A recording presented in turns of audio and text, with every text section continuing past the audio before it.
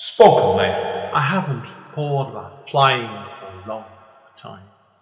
I haven't dreamed of that moment when I was alone above the clouds for a long time.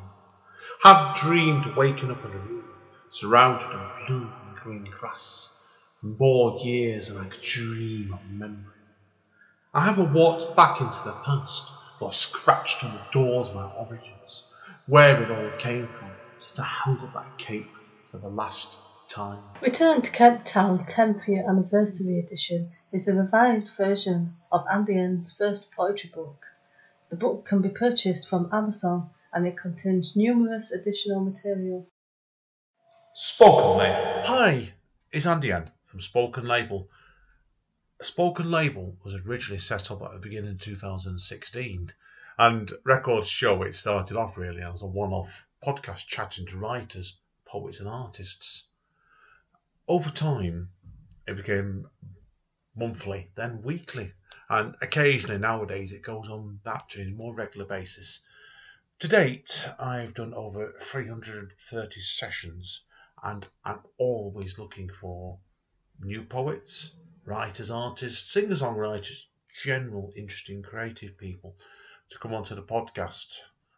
You can find this on all the usual networks over Apple, iTunes, Spotify, Podbean, Podbay and dozens of others.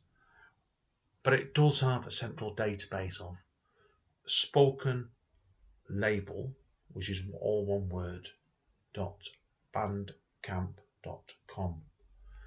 Obviously now, to help me with the running costs of this podcast, I'm always grateful for any kind of donation to assist me with it.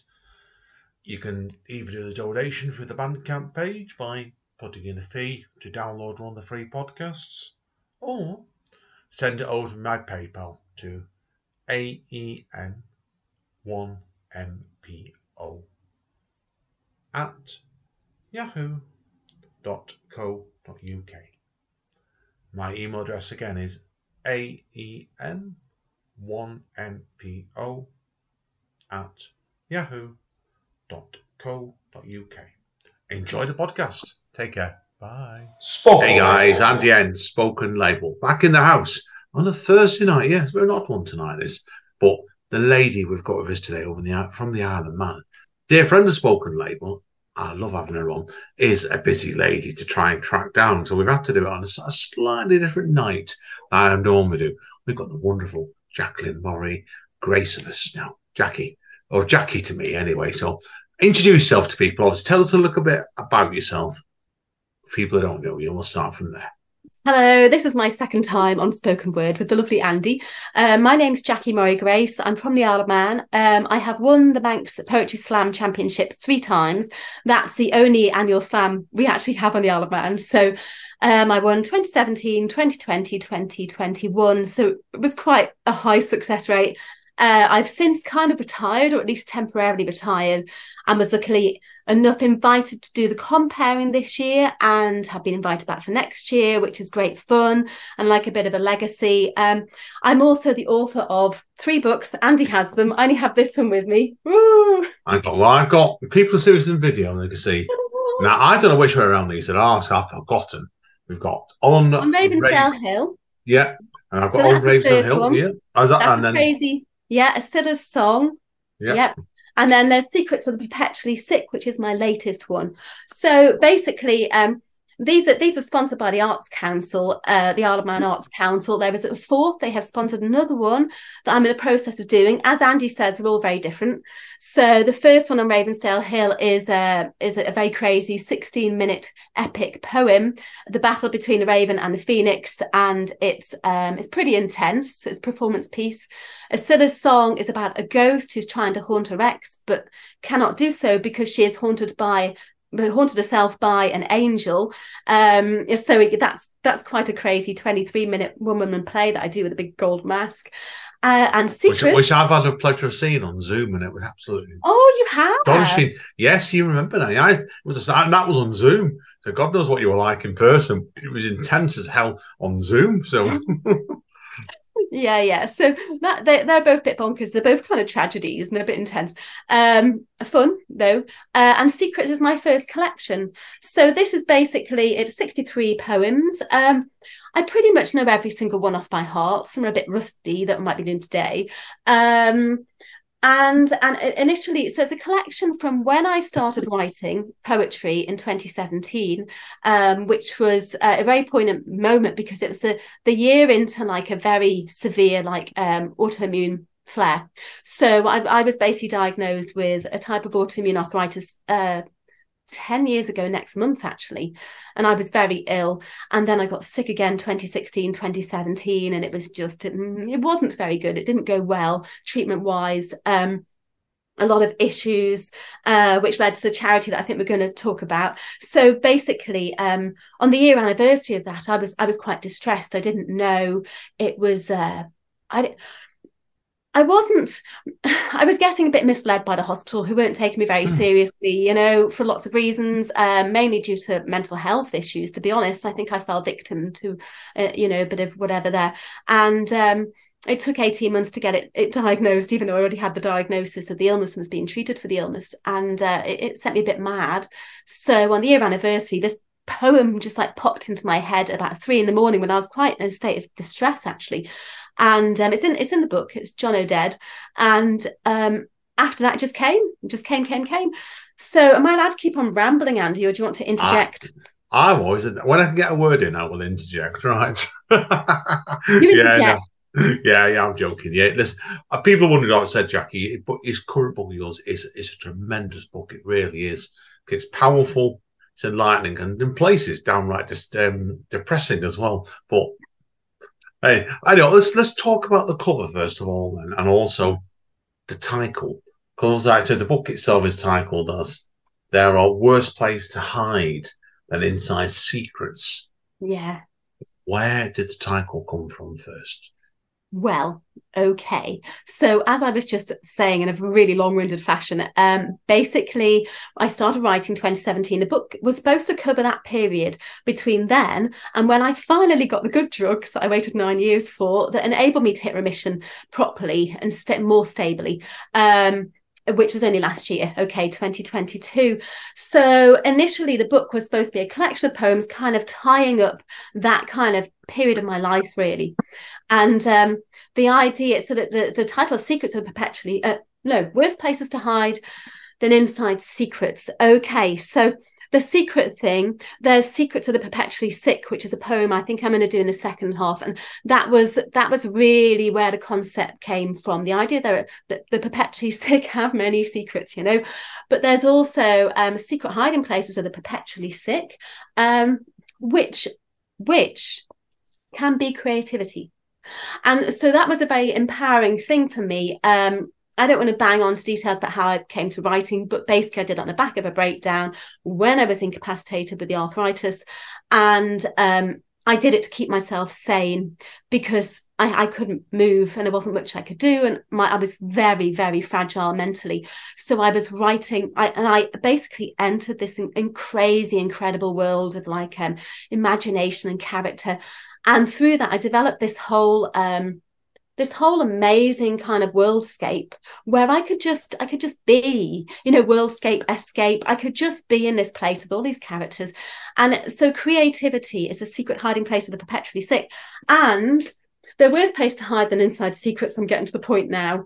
So the story, did you ask about the cover? Did you ask about Annabelle? I was going to ask next about Annabelle. See, look at that. Yeah, you know me too well, Jackie. Well, Annabelle, she takes the reader on a journey. Okay, so the book starts with only a small amount of quite hard-hitting pieces. They were by no means my hardest hitting pieces. Okay, they were just a little kind of touch of it, a taste of it, about my experience of being sick and health problems in general. But then she takes you on a journey deeper into the real secret hiding places of the perpetually sick, where creativity and imagination. And so the whole book, it goes through a process of kind of the fantasticals, the fantastical places you can go in your imagination. And they're a bit tongue-in-cheek, they're a bit naughty. And then into all kinds of things, right through to the slam winds and power poems and philosophical musings and whimsy, and then a couple of tender ones at the end about family. There we go. I'm going to stop speaking for a minute, Andy. No, that's fine. No, because there's a lot you could talk about this book, like I said, but the illustrations are absolutely tremendous in it. They are, and I know from your other two books you did the illustrations in them as well. So tell us about then the just choices on the artwork then, first of all, and I think in this case then. It's a whole story in itself. Yeah, exactly. I would be surprised if it wasn't, right? So back when I was doing it on Ravensdale Hill, I was looking for someone to illustrate it, and it was really hard because, of course, it turns out that it's quite hard illustrating things, so people obviously didn't want to do it for free. And a friend said to me, "Jackie, do it yourself," and I was like, "I can't draw," but I was doing like these. I could draw like a 30-second, you know, and like, there we go, capture the essence. I did that for that. I kind of did. On a Scylla song, I managed to do the same thing in watercolours, just there's my birds. When it came to this, so a couple of things happened. I'll try and be really succinct, else we're going all night, right? Oh, no, you won't be. I know that. The first thing that happened was basically AI. And I'm a copywriter, that's what I do is like for my living. And I value writing, and writing, like I said, for 9 years, whatever, became my absolute retreat, my solitude, my refuge, everything. It became my real kind of go-to place for staying well and healthy in my mind when I was sick physically and emotionally as well. And suddenly this thing came along, and it was like a house of cards. The very first thing that happened was I lost some clients, with smaller clients. Of course I did. They started doing their own social media and stuff.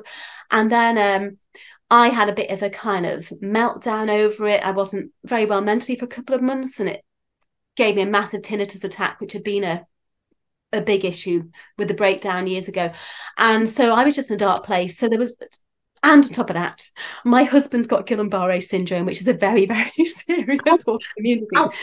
So I did what I always do, and I get lots on top of me, and I just retreated, but I couldn't write. I just lost this. Every time I tried to write, I couldn't get out of first gear because it felt worthless. And at the time, I had people who were friends, I don't know, they probably are, I'm sure they didn't mean to upset me, but people being insensitive, people sending me AI poems and going, "Oh, look, you're out of a career now." And it's like, I don't know why they were doing that. It's they were kind of joking. We could carry on about discussions of AI and poetry, because that's all I'm going to say there. They're mostly rubbish. I know what you're saying, but what I'm saying is I retreated inside my world, but instead, because Ed was sick in hospital, instead I just started to draw, and just literally I had slightly experimented with that style a couple of years ago, but not got very far because I needed glasses, and they're very detailed. And I just got myself a pair of glasses, and I thought, well, I'll give it a go again. And it really sorted my head out, because it filled my head enough. I was doing it at bedtime. So when I went to bed, my head was on art and drawing. It wasn't on the noise that I was struggling with. It wasn't worrying about Ed. It was just on the art and drawing. So I created all the pictures for the book over the space of 2 weeks, maybe, most of them. Yeah. Wow. Just doing one a night. They took ages. They took 3 or 4, 5 hours each. Yeah, that I can believe, because people look at the illustrations, and they are brilliant illustrations. You can tell straight away that they weren't something you knocked together in 10 minutes. I'd have been thought, no, straight away. So, yeah. No, they took time, but they were like writing a story, in that I would just get a pencil and just quickly sketch a figure, which I have been doing, these really quick 30-second sketches. But rather than just putting that to one side, as I have been doing, I got the fine liner and outlined them, and then just let the fine liner do its thing. I was thinking at the time of creating outfits for my novel characters, actually. So I was just I got a bit inspired by African costume. And I just really let the pen just do what it wanted to do, and that was it. No, they're brilliant. Absolute tremendous stuff. And it's really added a really different layer to your book, I think, on this case. Like it's your other two books, for example, people see them. So there is illustrations in all of your books. There is. And I think doing what you're doing with this book is, like you said, it's took it in a very different way, because the images are much more dominant, I think, with the other books were. And that's why. So, no, it's brilliant stuff indeed. Now, there's plenty I could ask you about this book, but I want to start with anyway, and because obviously we've got a list of poems that's going to come later on. We're going to go with some of them will be in the book and some won't. So I think we better talk about the poems that are in the book that we're going to be reading in the second half. So tell us first of all about the anarchist. I'm going to get my pronunciations wrong here completely. The Anarchist. Anarchist, yeah. Tell us about the Anarchist piece first of all. Oh, the Anarchist. I think it's page 100 if my memory is correct. Oh my gosh, that's good. I'll give you to know that because I don't know that. Hang on. Yeah, it's page 100. Page 100. So yeah. The Anarchist is a 2023 poem, oh, which is quite nice. So the end of that story was I ended up going to 2023 because of AI as well. That's why I included 2023. Became a different time period, but in the book. But okay, the Anarchist. So I've always been a bit of a revolutionist, right? You're a punk rocker, basically. You are. I'm a punk rocker. Yeah, in one way or another. Yeah. I'm quite outspoken. I kind of know my own mind. No, never, Jackie. I thought you were quite shy.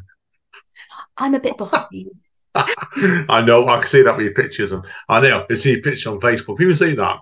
Yeah, you can definitely tell the boss in your household is. Oh, yeah. No, I like to be in control. But also the other thing is I've had major health problems and I've had a lot of experiences with that. And I believe very, very strongly in empowerment. You know, I believe it's, you know, one of the things that did happen to me with the poetry, like I said, within that second arthritis flare, it was in my hips and my knee and my spine actually, but it was kind of, you know, whatever it was. I didn't get the proper treatment I should have got. I was emotionally, like I said, very, very vulnerable and at risk of all kinds of, I was a mess. And ultimately it traumatized me really severely, being left that long and lots of stuff that happened afterwards. And I had two choices, you know, Andy, right? I could have got really angry. You know, and I could have like shouted at a lot of people and done stuff and, you know, all that kind of thing. And instead I decided to set up the charity that I know we were going to talk about and to which the book is dedicated. I can't donate money to the charity from it, which I shouldn't do anyway because I'm a trustee and I do enough, but I can't because it's Arts Council funded. But as they told me, but yeah, it's dedicated to raising awareness of the charity. It's called Without Wings. It's for people who have autoimmune conditions that affect, amongst other systems in the body, the joints. So that's rheumatoid, psoriatic, juvenile arthritis, lupus, ankylosing spondylitis. There are dozens, actually. So that's what I did. I threw a lot of time and energy and effort into this charity. It's beautiful. It's absolutely beautiful. The charity's amazing. Mum does all the treasury stuff. I do everything else. And my friends, Suzanne and Laura, are trustees as well. But we basically raise awareness of these conditions. We provide positive information and we provide a funding scheme. So we provide free counselling. And also we basically say we provide a bend over backwards service for anyone struggling. So we recently purchased a bed for a little girl who couldn't get into her cabin bed, you know, all this kind of stuff. Yeah. We pay for stuff like people to have cleaners when they can't really move and do it themselves. And you know, the counselling, obviously. I did all this. And I did it all because it nearly kills me doing this, Andy. It nearly kills me. But I do it because I honestly believe you have to fight much harder. When you're fighting good shit, you have to fight harder. If you fight the bad shit, you become louder.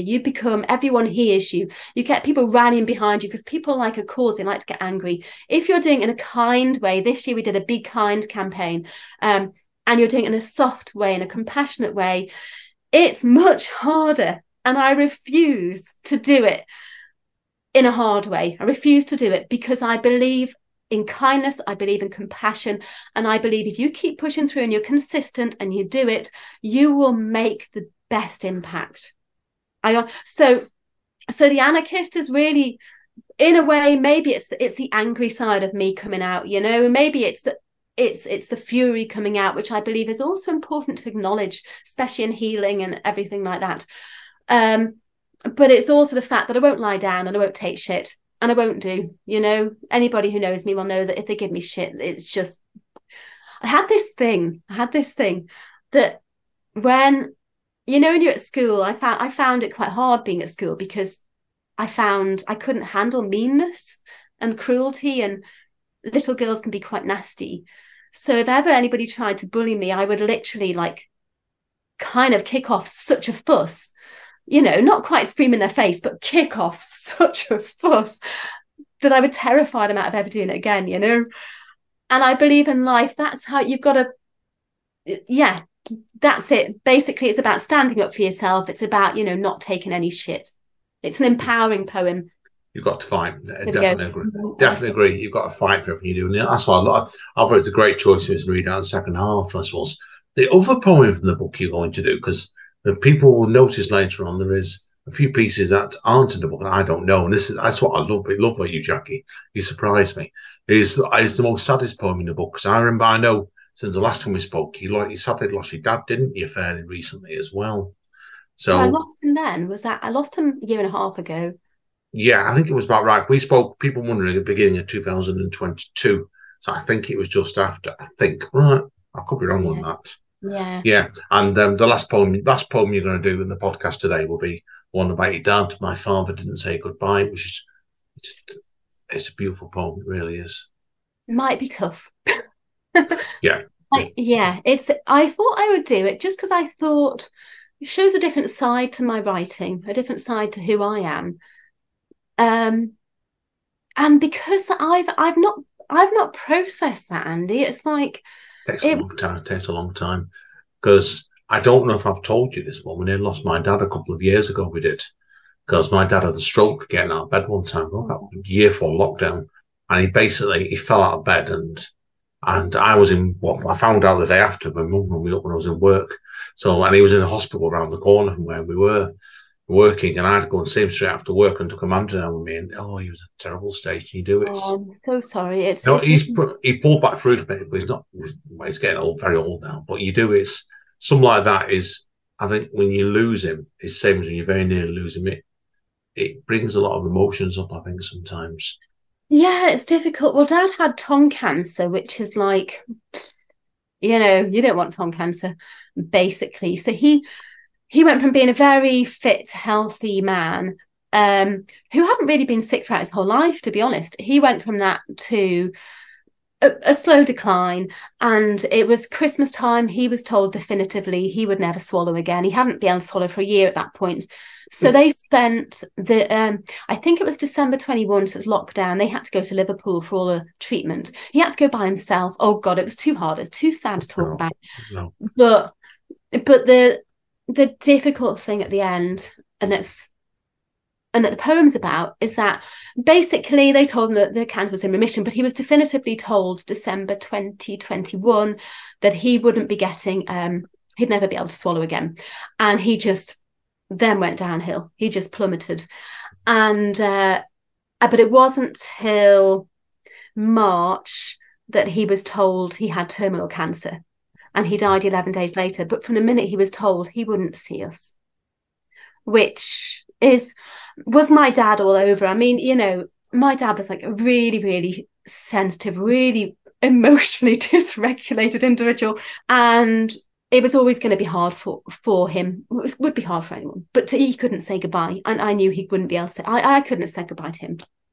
So I was quite grateful, but it was still hard. Yeah, there's nothing to say about it, John. It's just, and it was a very, very sad poem to finish the book. I think it was the last poem in the book, actually, if the memory is correct. I dedicate the book to him as well, and to my mum, Sue Grace. She was. She found second to last poem in the book is there's a little play. It's a little play as well. Yes. This is a play. There has to be a play in there somewhere. Oh so, listen, you're an actor. You're an actress. There has to be a play with a mask. Iscilla's mask appears in that play. In fact, Iscilla, the mask, plays Dr. Alexander Cannon. That's right, she does, who's the Manx Magi. So, because of course I'm from the Isle of Man, so it has to be a little bit of Manxness in there. So, I've forgotten what we were talking about now, but basically, the book was dedicated to Mum and Dad. Mum found the book a bit of a challenge because the second poem has a big swear in the title. It has a naughty word, which, should we just say, you've sworn already in this podcast, and I don't fucking care anyway, right? So let's just say it's got a naughty word on it, yeah. And it was, yeah, and I think maybe if I'd actually bothered to let somebody read through the book first of all, I might have taken it out. But in retrospect, no, I'm glad I didn't, because that poem is a very, very, very angry poem. That was my poem when I was just like, I was trying to almost will myself out of pain so hard and so intensely. And then that little thing happened, drawing in bed, pencil sharpener exploded, and just all this rage just went.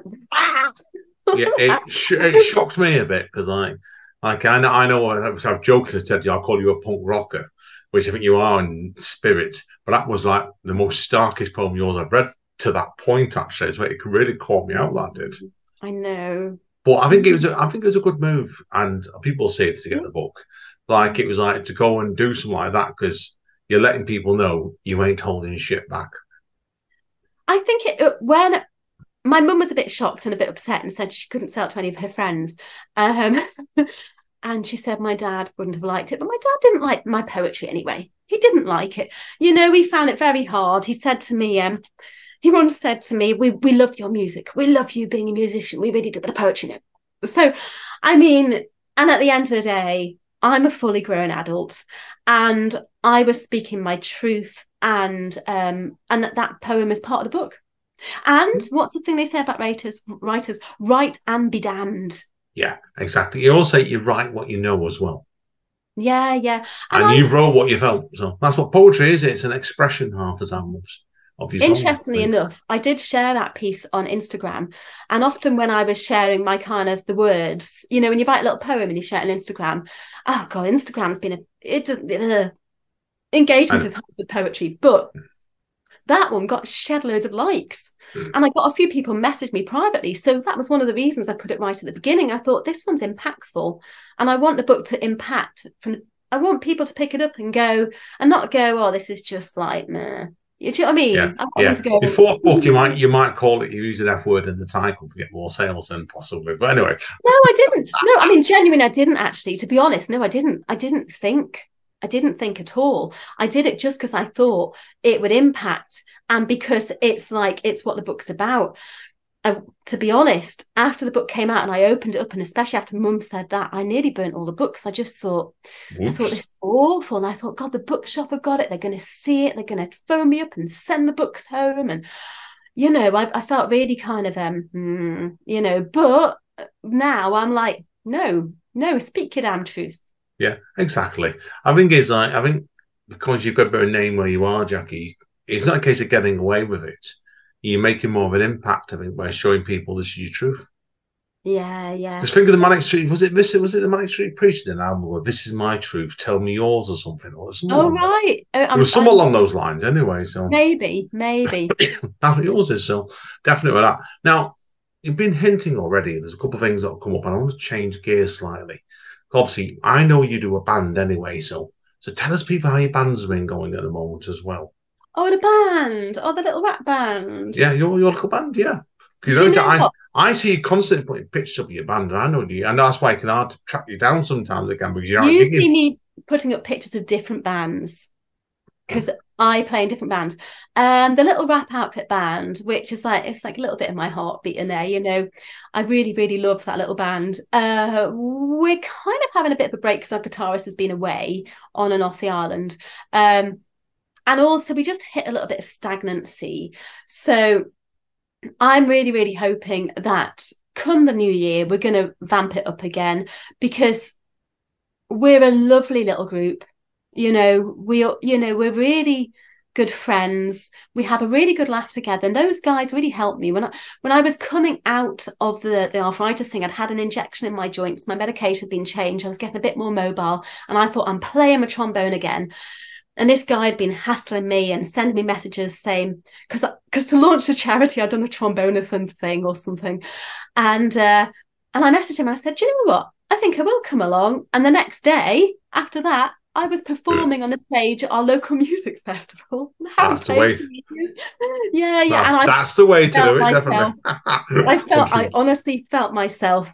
And it got very difficult for me doing it throughout So the Isle of Man, I hate to make you all really jealous, right? But during the pandemic, we had like, I can't remember now, 3 months lockdown, another 6 weeks, another 3 weeks. I think that's all we had in total. We managed to starve it out.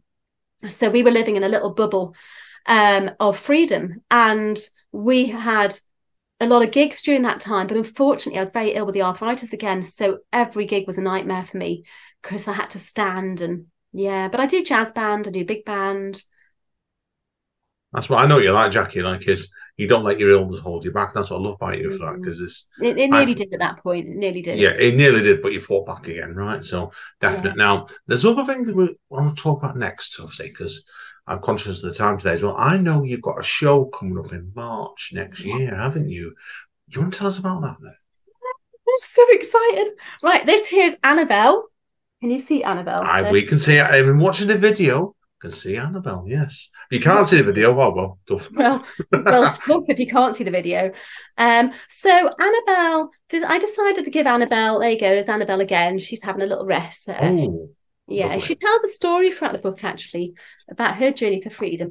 But she, so I thought, well, she tells a story throughout the book, and, you know, like, I think I'll just put on a show, and I'm going to call it Annabelle's Adventures, and I'm going to incorporate poems in a book, and I'm going to do all kinds of things, and maybe some of my song recordings.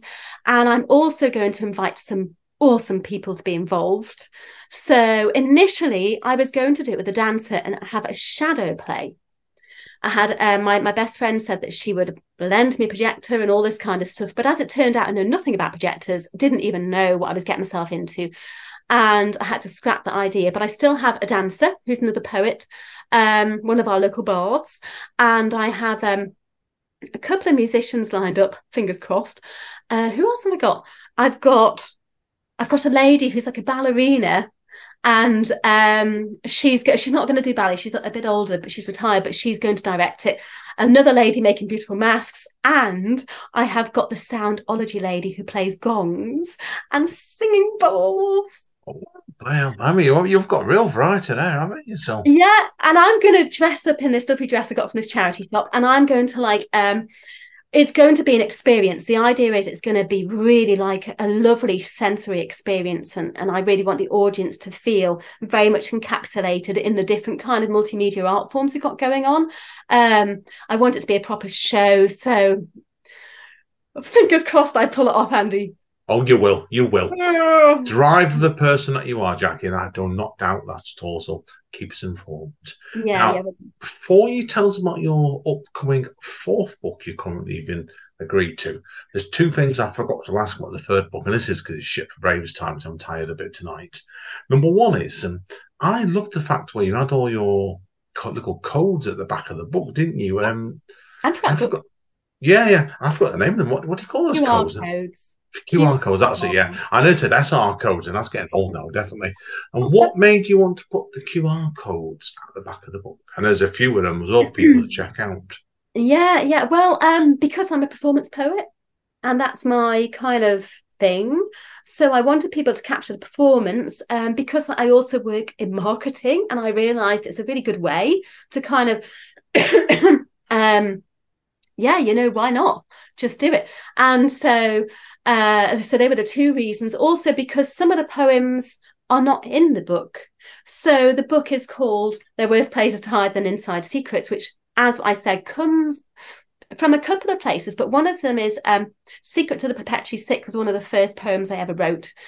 That poem is not in the book, but the QR code to the film I made about the poem with my friend Janet Lees is in the back of the book.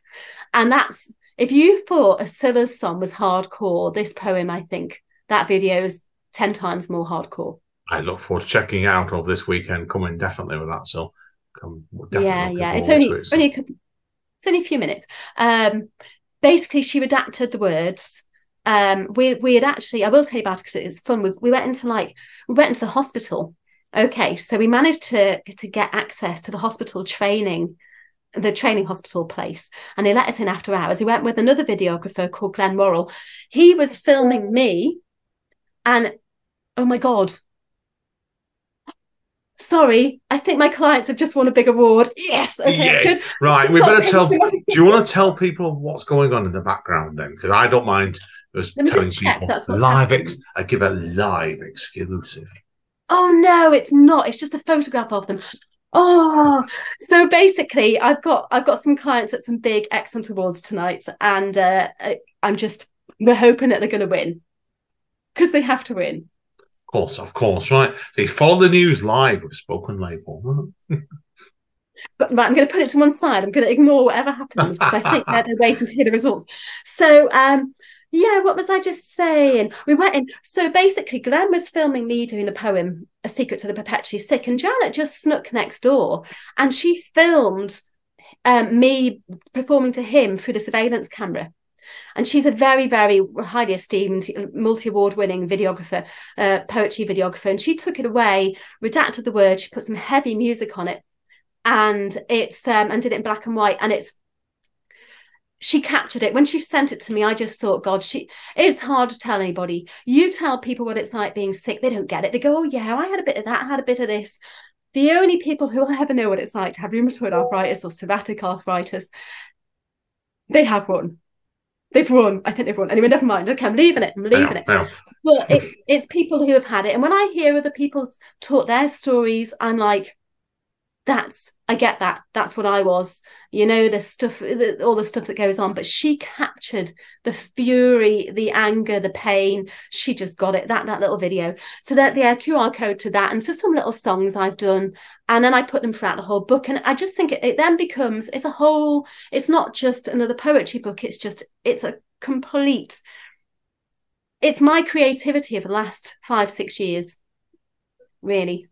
Brilliant. No, fair play to you. It does, and it's absolutely tremendous stuff indeed. So now, the only thing I'm curious on is, before we move on to more hints of the fourth book, is what made you want to do quite a lengthy afterword in the book?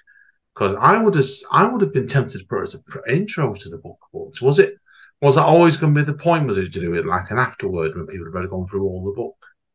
No, the book was compiled. And then, like I said, it was going to be 2017 to 2022. And then I couldn't get the illustrations right because I'd done some really shit little ballerina things. They were crap. And I wasn't happy with them. So I was sitting on it. And then AI came. And so the essay at the end is basically why I included the 2023 poems. And it ends with a QR code to my AI poem. I haven't got the words in there because it's long and I didn't feel like it needed them. But it was basically my take on AI. And I end by saying that I try and end on a positive note, that authentic creativity and being human is the most important thing. And we have to stick to that. No, I agree. I agree with you completely. We have to as people. Completely. Now, is there anything you want to reveal about book number 4 then? Well, yeah, I mean, so book number 4 is completely different again. I'd be surprised if it wasn't, knowing you, right? It's adult. So basically, I run a little spoken word original thing. It's just thing, we occasionally do open mics and all kinds of stuff. I was a bit ambitious with it in the beginning. It's not, we do a few shows. It's called Penny Productions. But one thing we have done with it, which have been absolutely loads of fun, is murder mysteries, right? Oh, God. I went to one of them recently. My sister taught me into going one. That was an experience. Right. Well, we do interactive ones. So it's like for a party of 60. I do them to raise money for the charity. Party of 60, I buy the script, I re-script it all into poetry. I get a little jazz band. I get some my fellow poets to come along and they get to be the best man or whatever we're doing, all the different kind of things we do. And then and we put on a show and then all the audience turn up in costume and 20 of them are going to be suspects. And one will also die. So for these, I always write a penny poem and I had 5 penny poems. So I thought they need a home. So I thought, well, I'll put them in there. And then I've got my 3 prose poems, which are 3 of my favourite pieces that I've ever written. And they are ridiculously over the top, over elaborate language about a powerful woman who comes dastardly unstuck, like very dramatically unstuck. And they're basically her tale. And they all follow a very similar format. And they were inspired by Dvorak's Noon Witch, which I had the pleasure of playing on many years ago on my trombone.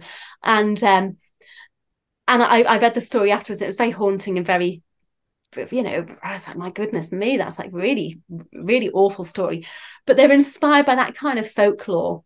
Can't remember what it's called now. Something, not symphonic poems. I'm not sure. There's a Bohemian something, but yeah, so it's basically 8 pieces, but I'm trying to illustrate it, which means I'm turning myself into an illustrator, which is not, it's a different, so it was a separate challenge.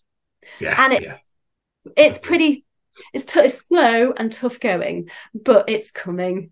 They're Arts Council funded. I've got the funding, it has to come. So, good. Let's keep at it, definitely, because Amanda does a lot of my but she does all the covers of my books now, because she's much better than I am. Wow. And I don't know how she does them. Like, it's like saying, it's like yourself, where she surprises herself when she does them. So, well, good luck with the books, Jackie. Right, we'll do as I always say, the hard sell. So I want to give you time to do a bit of reading for us in the second half. So, where can people, first of all, get hold of your books?